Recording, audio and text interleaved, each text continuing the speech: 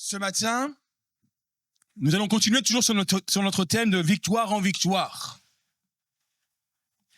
Des fois, je lis beaucoup de versets. Des fois, je peux lire même un chapitre entier pour introduire. Et ce matin, ça va pas être le cas. Ce matin, on va lire un verset.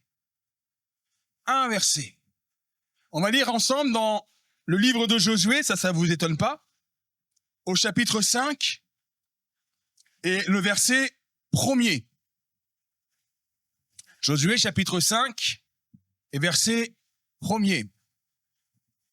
Lorsque tous les rois des Amoréens se trouvaient à l'ouest du Jourdain et tous les rois des Cananéens près de la mer Méditerranée apprirent que l'Éternel avait asséché l'eau du Jourdain devant les Israélites jusqu'à ce qu'ils aient traversé, ils perdirent courage et leur esprit fut abattu devant eux. Amen. Alléluia. Vous vous rappelez où est-ce qu'on est? Le peuple a traversé le Jourdain. Alléluia. À pied sec. Ils sont à Gilgal. Ils viennent de faire le mémorial, tout ça. On a vu déjà tout ça ensemble, hein? Et on se retrouve avec ce verset-là. Je ne sais pas si vous avez remarqué, mais souvent, nous, et je vous l'ai déjà dit, hein, on vit notre vie chrétienne sur la défensive. On est sur la défensive. On regarde les problèmes, on regarde les maladies, on regarde les problèmes financiers et on se sent tout petit.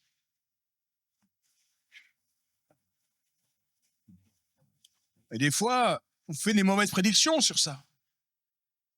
On se sent tout petit. On a l'impression qu'on restera tout petit. Vous vous souvenez de ce que le médecin de famille avait dit me concernant quand j'étais enfant? Il avait dit à ma mère, tu sais, ton fils, il sera petit et chétif.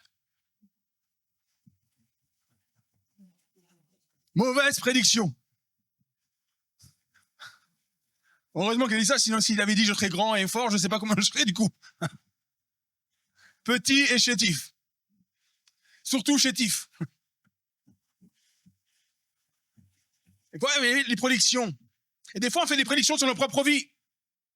Je serai toujours petit face à mes problèmes, petit face à la maladie, petit face aux problèmes financiers, petit face aux difficultés du travail, petit face à tout ça, petit face aux problèmes de famille. Et on peut se dire, comme les espions qui étaient allés visiter à l'époque le pays de Canaan, je suis comme une sauterelle et eux c'est des géants. Je suis une sauterelle et c'est pas très grand une sauterelle, hein. On sait qu'à ce moment-là, le peuple d'Israël est dans un tournant décisif. Il vient de passer 40 ans à tourner en rond, 40 ans dans la poussière, 40 ans à attendre. Ça fait long, hein, 40 ans à attendre. Hein. Nous, quand on attend 10 minutes chez le médecin, on dit déjà que c'est long. 40 ans à attendre dans le désert. Et maintenant, ils y sont là. Ils ont traversé le désert. Ils ont Jéricho en face d'eux. Je ne sais pas s'ils rigolaient à ce moment-là. Je ne sais pas. Parce que le Jéricho, c'était pas une petite affaire. Jéricho avait des murailles très épaisses, de plusieurs mètres de large. Si bien que dans la muraille de Jéricho, on y construisait des maisons. Et eux, ils sont face à ça. Et il n'y a pas que Jéricho.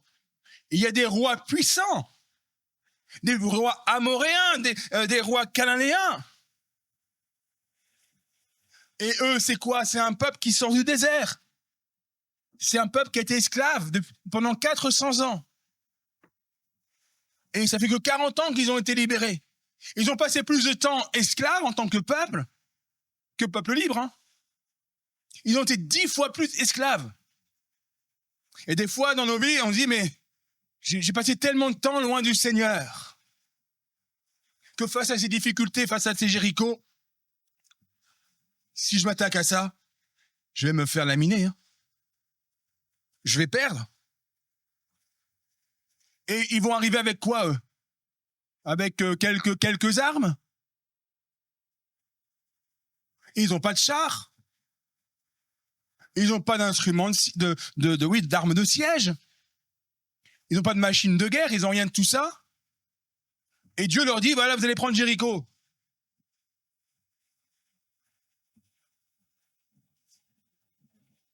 Vous vous sentez pas comme ça, des fois, vous, dans votre vie, là, face à vos difficultés, devant ces Jérichos qui sont là? Seigneur, je suis pas équipé. Seigneur, j'ai pas les moyens. On va faire comment? Est-ce que vous avez bien lu le texte avec moi? Est-ce que vous avez bien lu ce verset premier? Vous avez fait attention à ce qui est écrit? Est-ce que ce texte dit que c'est Israël qui a perdu de courage? Non. Étonnamment, c'est les rois ennemis qui ont perdu le courage. C'est les rois ennemis. Et ce matin, je vais annoncer à quelqu'un, peut-être plusieurs personnes, je ne sais pas. En tout cas, je vais annoncer quelque chose. Tu penses que tu es encerclé par l'ennemi. Mais en réalité, c'est l'ennemi qui est encerclé par ton Dieu. Est-ce que tu reçois ça ce matin? Tu penses que tu es encerclé par l'ennemi, mais en réalité, c'est ton ennemi qui est encerclé par Dieu.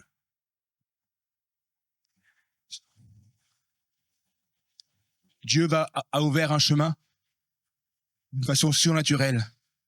Et dans ta vie aussi, Dieu ouvre un chemin surnaturellement. Le texte nous le dit, hein. L'Éternel avait asséché l'eau. C'est pas la nature, hein. C'est pas un problème climatique. C'est pas le changement climatique. Même c'est aujourd'hui, c'est pas, je sais pas qu'il n'y en a pas aujourd'hui, mais à l'époque, c'était pas ça. C'est l'Éternel qui est venu assécher l'eau du Jourdain devant les Israélites. Mon premier constat est très simple. La stratégie de Dieu, elle n'est pas logique. La stratégie de Dieu, elle est miraculeuse. Si tu attends de Dieu une stratégie logique, tu vas pouvoir attendre. Parce que Dieu emploie toujours le miraculeux pour conduire nos vies. Le Jourdain, c'est un obstacle réel. Hein. On l'a lu, on l'a expliqué les fois précédentes. C'était très large, il était très large à ce moment-là. Il était en pleine crue. C'était pas un petit ruisseau. Et c'est l'image aussi de ta situation qui te paraît impossible à traverser. Trop long peut-être, trop profond. Ça peut être un diagnostic médical qui est irréversible selon les médecins. Ça peut être aussi une dette que tu as et qui ne bouge pas malgré tes efforts. Ça peut être aussi avec un enfant rebelle. Et la solution n'est pas humaine. La solution, elle est divine. Est-ce que Dieu a dit à Josué, écoute, tu vas prendre du bois, tu vas faire des barges, et vous allez traverser comme ça le Jourdain en faisant un pont au-dessus pour traverser le Jourdain. Ça, c'est logique. Hein. C'est ce que les militaires font.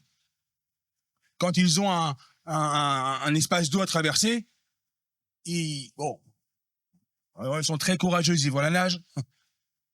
Mais sinon, ils ont les petites embarcations pour traverser.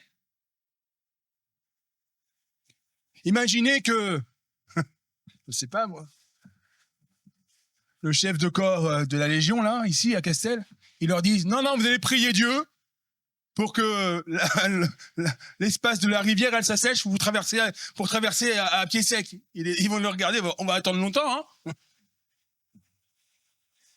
Dieu n'a pas demandé à Josué de construire un pont ou des barges ou des embarcations. Non, c'est pas la solution de Dieu, ça. Dieu va suspendre les lois naturelles. Il va empêcher l'eau de couler.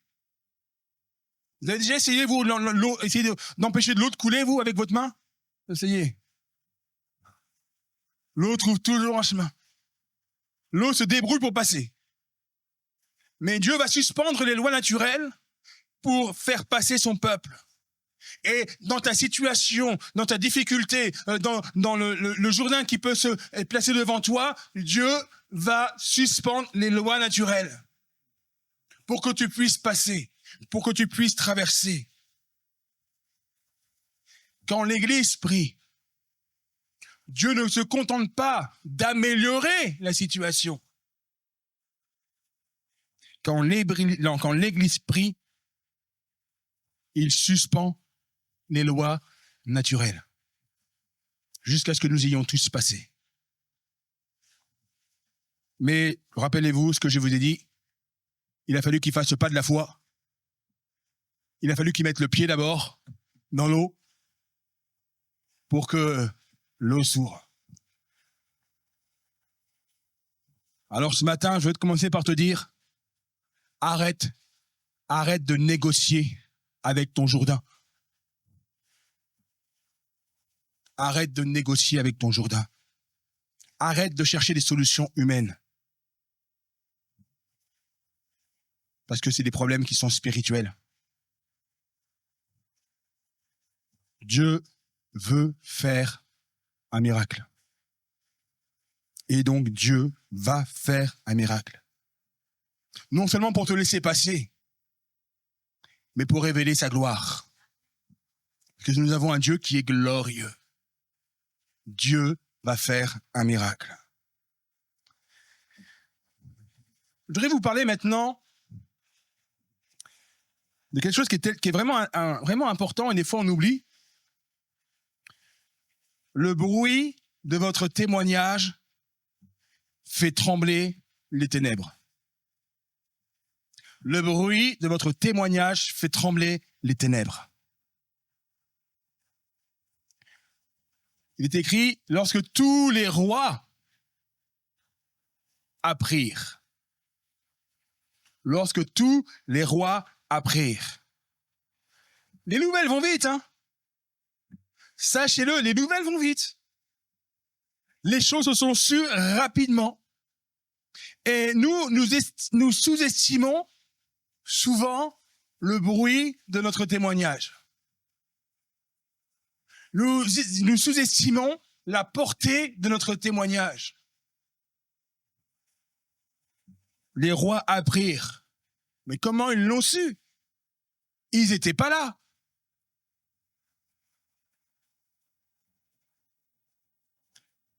À la rigueur, Jéricho les a peut-être vus. Mais les autres, comment l'ont-ils su? Le monde spirituel est connecté. Nous sommes connectés à Facebook, nous sommes connectés à Instagram, nous sommes connectés à YouTube. Le monde spirituel est connecté à ce qui se passe dans le spirituel. Ça, il faut le savoir. Satan est au courant lorsqu'il voit des victoires se passer. Il est averti. Il sait qu'une victoire a été prise. Et retiens bien que ton passé est une arme. Ton passé est une arme. Pourquoi est-ce que les rois s'en sont mis à trembler? Parce que ce n'était pas la première fois que Dieu faisait un tel miracle. Ils ont appris ce qui s'était passé 40 ans avant. Et ils ont appris comment, la mer s'était ouverte devant le peuple d'Israël. Et ils ont aussi appris ce qui était arrivé aux Égyptiens derrière. Et là, ils disent, ça y est, c'est reparti. Ça recommence. Dieu est encore avec eux. Dieu ouvre encore c'était la mer Rouge. Maintenant, c'est le Jourdain. Et c'est là, il commence à trembler. Chaque fois que Dieu vous délivre, ça crée un précédent. ça crée quelque chose dans le monde spirituel. L'action de Dieu. Quand vous témoignez un dimanche matin, un jeudi soir, un mardi soir, ou dans la rue, ou dans votre famille, quand vous témoignez, quand vous dites « j'étais malade, mais Dieu m'a guéri », ça crée une onde de choc. Ça crée quelque chose dans les cœurs, quelque chose dans les vies. Bien sûr, vous remerciez Dieu, c'est une action de grâce que vous faites, c'est vrai. Mais vous envoyez un message aussi. Vous envoyez un message dans le camp ennemi. Vous lui rappelez qui est votre Père. Vous rappelez à l'ennemi qui est celui qui veille sur vos vies. Et comme le dit un chant, comme nous chantons, des fois, l'atmosphère change. Là, tout à coup, l'atmosphère change. Est-ce que Jéricho a eu peur parce que Israël avait des grandes épées? Ils disent, oh, vous avez vu le nombre d'épées qu'ils ont? Est-ce que c'est pour ça qu'ils ont eu peur? Pas eu peur à cause de ça. C'est pas les épées des Israélites qui ont fait peur au roi. Parce qu'avant même qu'ils ne tirent une épée de leur fourreau, la réputation de Dieu avait déjà fait son œuvre. Parce que l'œuvre de Dieu avait témoigné. Le miracle de Dieu avait produit son effet. C'est-à-dire que le miracle que tu as vécu il y a peut-être 10 ans, même 40 ans, si on prend l'exemple d'Israël, va avoir un impact sur ta vie d'aujourd'hui. Mais ça, il faut que tu puisses le rappeler et t'en souvenir. Le diable va tout faire pour que tu oublies ça. Pour que tu mettes le miracle de Dieu, tu le mets en dessous de tous tes problèmes. Alors tu te souviens des problèmes? Eux, ils reviennent toujours à ta mémoire. Parce que le diable s'en charge, bien sûr. Mais tu oublies les miracles de Dieu. Ce que Dieu a fait dans ta vie. Et ce que Dieu veut, il veut que tu puisses comprendre ce matin, tu dois ressortir ces témoignages.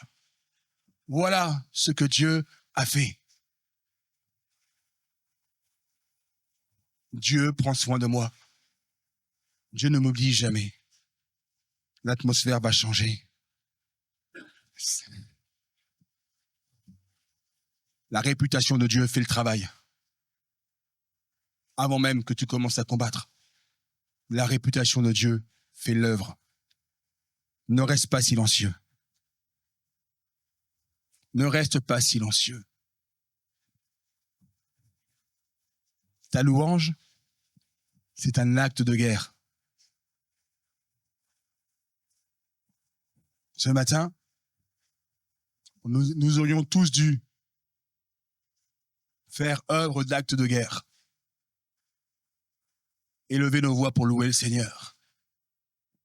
Parce que la louange, c'est un acte de guerre. Parce que on raconte la gloire de Dieu. On raconte les merveilles du Seigneur.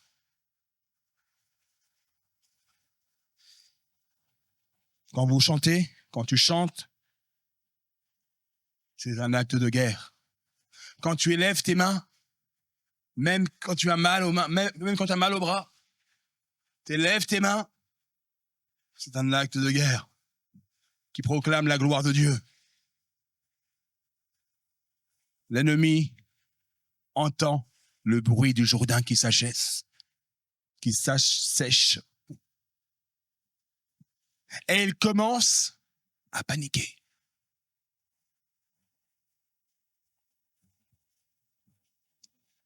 Je me souviens d'une prédication, je m'en souviens plus que d'une.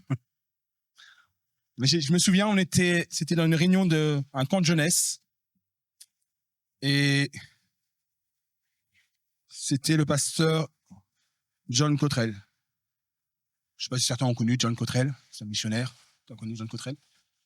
Toi aussi, tu as connu John Cottrell, ouais. Et il parlait de la croix. de la mort de Christ à la croix. Et quand Christ est mort, il disait donc que dans les lieux profonds, spirituels, il y avait la fête. Jésus est mort. On a réussi à le tuer. Et ça faisait la fête là-bas. Le diable et les démons, ils fêtaient tout ça.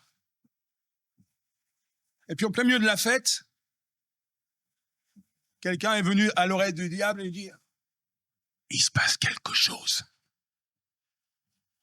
Il se passe quelque chose. » Et le compte à rebours a commencé. 10, 9, 8. Et là, ça a commencé à se remuer un peu parmi les démons là. Qu'est-ce qui se passe? 7, 6, 5. Il faut faire quelque chose. Il faut arrêter ça. 4, 3, 2, 1. Il s'est passé quoi? Jésus est ressuscité. Amen. Jésus est ressuscité. Et alors, dans les bas-fonds, ça a été la panique totale parce que Jésus a pris la victoire. Et le diable, il a paniqué. Ne reste pas silencieux.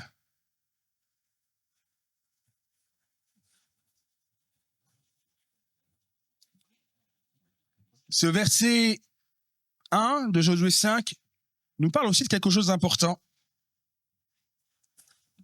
Ils perdirent courage et leur esprit fut abattu devant eux. C'est un passage très fort, extrêmement fort. Je pourrais même presque dire que c'est le cœur du message d'aujourd'hui. En hébreu, le langage est aussi très fort. Il dit « leur cœur a fondu ». Leur cœur a fondu. Ils n'avaient plus de souffle. Leur cœur a fondu, ils n'avaient plus de souffle.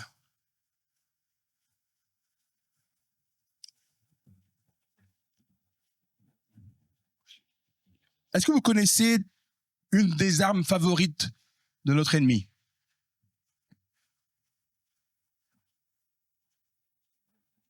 La peur, le mensonge, l'accusation. Oh, il y en a beaucoup d'armes. Mais j'ai réalisé sur la peur. Je vais appeler ça l'intimidation. Il aime nous intimider. Est-ce qu'il y a un passage dans la Bible qui nous rappelle ça? Qui décrit le diable?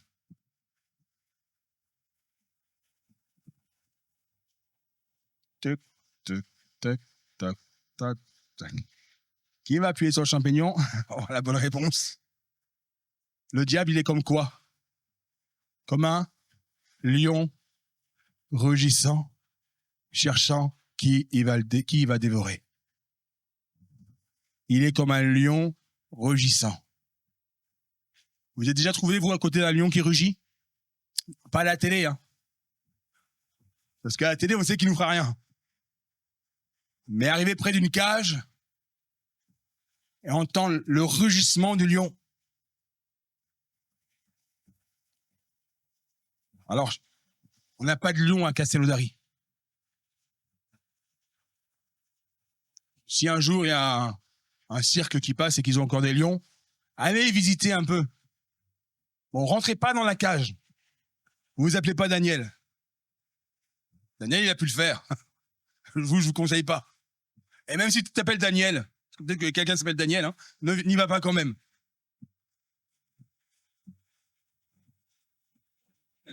Ou quand vous êtes à la maison, essayez de trouver un endroit où il y a un lion qui rugit et mettez vos enceintes à fond. Et mettez-vous juste à côté. De ressentir les vibrations de ce rugissement. Et ça produit quel effet? La peur. Et le diable, il veut nous faire peur. C'est une de ses armes favorites, l'intimidation. Et quand on a peur, qu'est-ce qui se passe? Quand il y a un lion qui rugit à côté de vous, vous faites quoi? Vous êtes paralysé. Parce que je crois qu'on ne court pas. Parce que s'il est juste à côté de nous, on sait très bien que même si on fait un pas, il ira plus vite que moi. Même si je m'appelle Usain Bolt, il ira quand même plus vite que moi, il me rattrapera. Quand le lion nous intimide, il le fait pour nous paralyser. Est-ce qu'on est des bons combattants quand on est paralysé? On ne combat plus. On est là, on ne sait plus quoi faire. Et ça, le diable, il veut ça dans nos vies. Il veut paralyser ta vie spirituelle. Il veut paralyser ta vie chrétienne. Il veut paralyser ton témoignage. Il veut paralyser ta louange. Il veut paralyser ton adoration. Il veut paralyser ta vie de prière. Il veut paralyser même ta lecture de la Bible. Oh, excusez-moi. La méditation de la Bible. Vous savez que j'aime pas qu'on lise la Bible, je veux qu'on la médite. Je vous le dis encore une fois, au cas où certains l'auraient oublié, c'est le journal qu'on lit.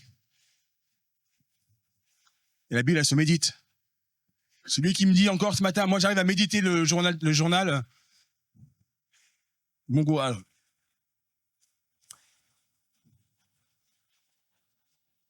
Mais on voit ici que le Seigneur, il est en train de nous ouvrir les yeux sur ce qui se passe en vrai, en fait.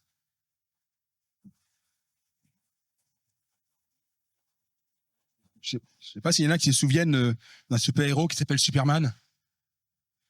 Ouais, les gars, ils s'en souviennent. Je ne sais pas si c'était lui, d'ailleurs, je confonds peut-être. Capable de voir au travers d'un mur. Non, c'est pas lui. Bon, je suis pas très bon en super-héros, moi. Moi, j'en ai un seul.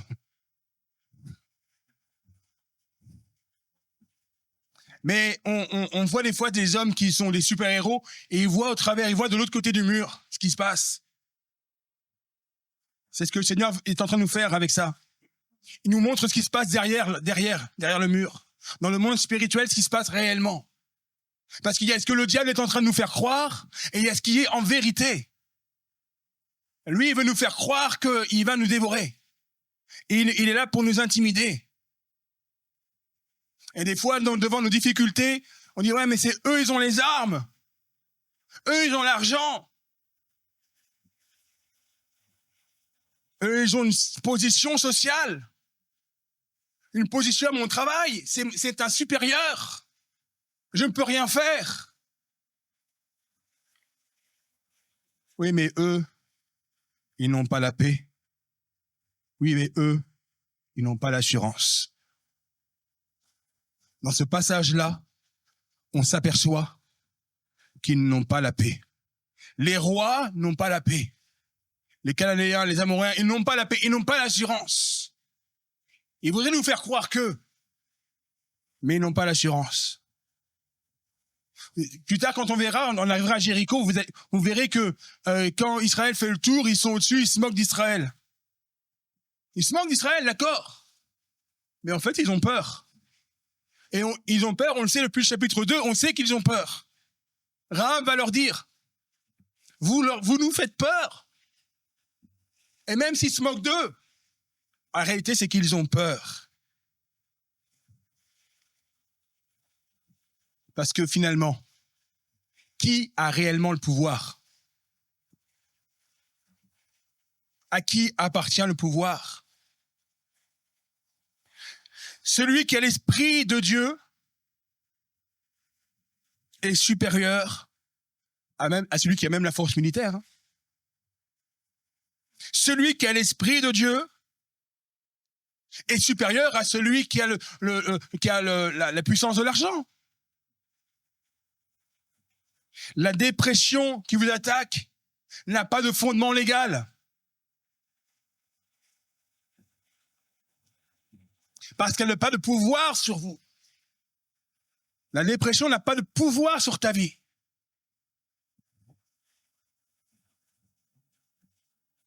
Parce que celui qui est en toi est plus fort que toutes ces choses.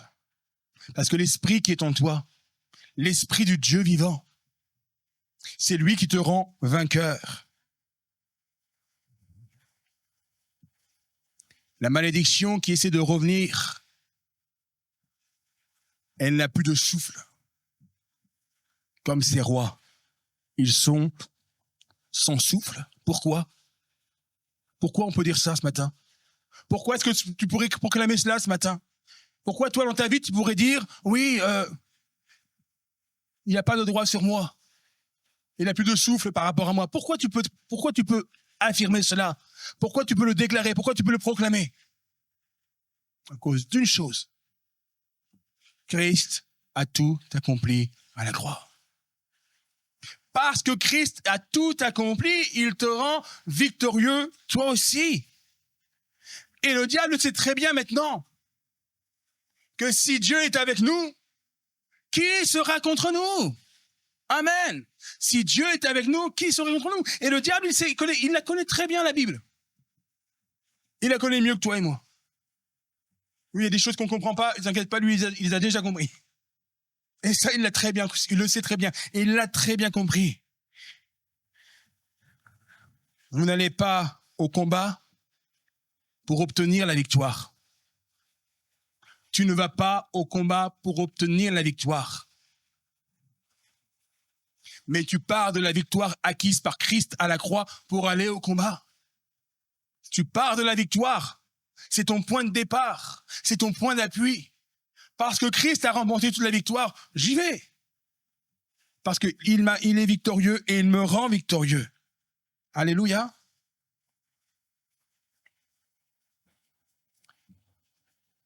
Le mensonge de l'apparence. Les apparences. On dit, l'habit fait pas le moine. Ça tombe bien, je suis pas moine. Je suis pasteur, pas pareil. Hein. Peut-être que ton problème a l'air grand. Je dis pas le contraire. Hein. Je dis pas que ton problème c'est un petit problème. C'est pas ça que je suis en train de dire. C'est vrai que ton problème peut avoir l'air grand. Et devant tes yeux, il peut avoir l'air grand. Sachez que 40 ans avant, quand les 12 espions sont venus, quand les 12 espions ont été et sont revenus, les 12 ont été d'accord sur ce fait-là. Oui, c'est vrai qu'il y a des géants. Et que ouais, c'est une réalité. Je ne vais pas nier la réalité. On ne va pas nier la réalité de ta difficulté. C'est pas ce que Dieu te demande de faire. Goliath, il avait l'air très grand. Hein. Il approchait les 3 mètres. Hein. Alors, le basketteur français, la Victor Wembanyama à côté, c'est un petit. Les murailles de Jéricho, elles étaient vraiment très hautes. Mais à l'intérieur, ils sont déjà vaincus. C'est pas que la muraille n'est pas si haute que ça. Si, la muraille est haute. Mais à l'intérieur, ils sont déjà vaincus. L'ennemi a perdu son courage parce qu'il sait que Dieu est avec nous. Et même s'il essaie de te faire croire le contraire, sache qu'il a déjà perdu le courage parce qu'il sait une chose, c'est que Dieu est avec toi. Alors il essaie de te le faire oublier. Mais la réalité, elle est là. Dieu est avec toi.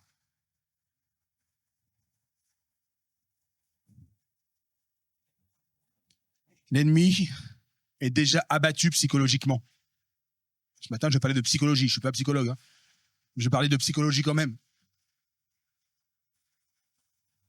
Psychologiquement, il est battu parce qu'il sait qu'il a perdu.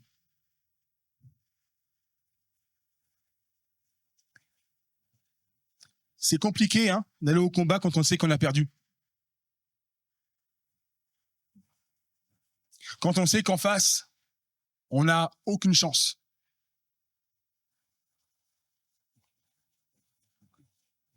C'est en partie vrai pour les sportifs, ça. Vous savez que le moral, pour un sportif, c'est vraiment très important. Et il y a des fois, vous savez que vous allez perdre. Il y a une semaine de cela, j'ai été invité à aller regarder un match de rugby pour la première fois. À Carcassonne. Première fois que je voyais un match de rugby. Enfin, en vrai. Je connaissais à peu près les règles, mais pas toutes. Heureusement que c'était des commentateurs qui étaient avec moi. Comme ça, quand ils commentaient, je comprenais tout ce qui se passait. C'était Carcassonne contre Vannes. Vannes, c'est la Pro D2. Vannes est le premier du classement. Devinez où est Carcassonne. C'est les derniers. Autant dire que les paris n'étaient pas en leur faveur. Pendant la première mi-temps, on était tous contents. Ils tenaient le choc. À la mi-temps, ils étaient devant. Waouh! La deuxième mi-temps a commencé, en 5 minutes, c'était fini. Et ils ont pu marquer un point de la deuxième mi-temps. Et comme j'étais avec les journalistes là, j'étais un invité des journalistes, j'étais un guest. J'ai pu assister à la conférence de presse après match avec les joueurs. Alors ça a commencé avec les joueurs de Vannes. Alors comment ça s'est passé la première mi-temps? Ouais, on savait qu'on était attendu. Mais après en deuxième mi-temps, on s'est remis d'aplomb, puis voilà quoi. Pas de problème. Ils étaient là, ils étaient tout détendus. Après les joueurs de Carcassonne qui sont arrivés, j'ai oublié de mettre les photos. 2 joueurs de Carcassonne qui sont arrivés. Rien que la tête qu'ils faisaient derrière la table. On sentait la défaite. On sentait l'humiliation. Ils savaient. Ah, même avant. Mais là, ils étaient psychologiquement plus bas que tout. Comme on dit dans le milieu, ils s'étaient pris une fessée. Une belle. Et ça fait jamais plaisir. Excusez-moi du terme, mais le diable sait qu'il s'est déjà pris une fessée à la croix. Il sait. Mais lui, quand il arrive à la conférence de presse, il dit, vous inquiétez pas, on va gagner. Alors qu'il sait déjà qu'il a perdu. Et c'est ce qu'il veut faire dans ta vie. Le passage se termine en disant qu'ils ont traversé devant eux, sous leurs yeux. Dieu dresse une table en face de mes ennemis. Dieu dresse une table en face de mes ennemis. Devant mes ennemis, Dieu dresse la table. Il prend soin de nous. Il nous restaure. Ce matin, l'état d'esprit doit changer au milieu de nous. Nous ne sommes pas des victimes. Parce que Dieu nous a sauvés. Nous ne sommes pas des victimes. Nous sommes des conquérants. Dieu a ouvert le fleuve et l'ennemi a perdu courage. Il y a une phrase qui a été beaucoup dite ces temps-ci, enfin cette année, que je veux dire pour nous aujourd'hui. La peur a changé de camp. Et qu'on puisse déclarer ce matin, la peur a changé de camp. Peut-être que j'étais effrayé par mes difficultés, effrayé par mes problèmes. Mais maintenant, la peur a changé de camp. Parce que c'est l'ennemi qui a peur, en fait. C'est pas nous. Tu n'as pas à avoir peur. Tu n'as pas à avoir peur parce que Dieu est avec toi. Tu n'as pas à avoir peur. Elle n'est plus dans ton cœur, cette peur. Elle est dans le cœur de l'adversaire. Je voudrais qu'on puisse fermer nos yeux quelques instants.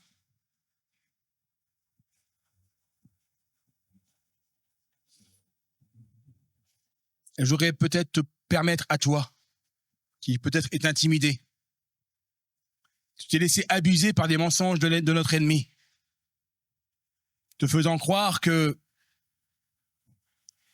tu n'y arriverais jamais, que tu ne serais jamais vainqueur sur telle ou telle situation de ta vie, et tu es là et tu attends. Et je voudrais ce matin que tu puisses prendre une décision, que tu ne vives plus dans l'anxiété. Je voudrais prier pour toi ce matin. pas pour demander la victoire, mais pour proclamer la défaite de l'ennemi. Son cœur est déjà fondu. Son cœur est déjà fondu. Si ce matin, tu te trouves dans ces états-là, si tu es paralysé par la peur, paralysé par les mensonges du diable, parce qu'il t'a fait croire qu'il était plus fort que toi, il faudrait simplement que tu te lèves là où tu es, qu'on puisse proclamer ensemble, que je puisse prier pour toi, que je puisse prier pour toi. C'est fini de l'intimidation. C'est fini de me faire croire que je suis un petit. Je crois qu'avec le Seigneur, j'ai la victoire. C'est un moment qui est personnel. Entre toi et toi seul. Personne d'autre. Alléluia. Gloire au Seigneur. Nous sommes dans l'année des victoires, de la prise de conscience de notre vie victorieuse. Et je te laisse prendre ta propre victoire ce matin. Gloire à Dieu. Seigneur, tu as vu. Seigneur, tu connais. Et Seigneur, tu nous amènes à ne pas nous laisser abuser par les mensonges du diable. Ne pas nous laisser abuser par ce qu'il veut nous faire croire concernant ce que nous sommes, concernant ta vie en nous, concernant ce qu'il a accompli pour nous à la croix et quelle est la place réelle de notre ennemi. Oui, le diable rugit. Je suis sûr qu'il rugit sur certaines vies ce matin. Mais ce n'est pas mon frère et ma sœur qui est encerclé. C'est l'ennemi qui est encerclé par mon Dieu et par ses armées. Alors que ton nom soit béni, Seigneur, ce matin, que ton nom soit glorifié, que ton nom soit levé, au nom de notre Seigneur Jésus-Christ. Amen.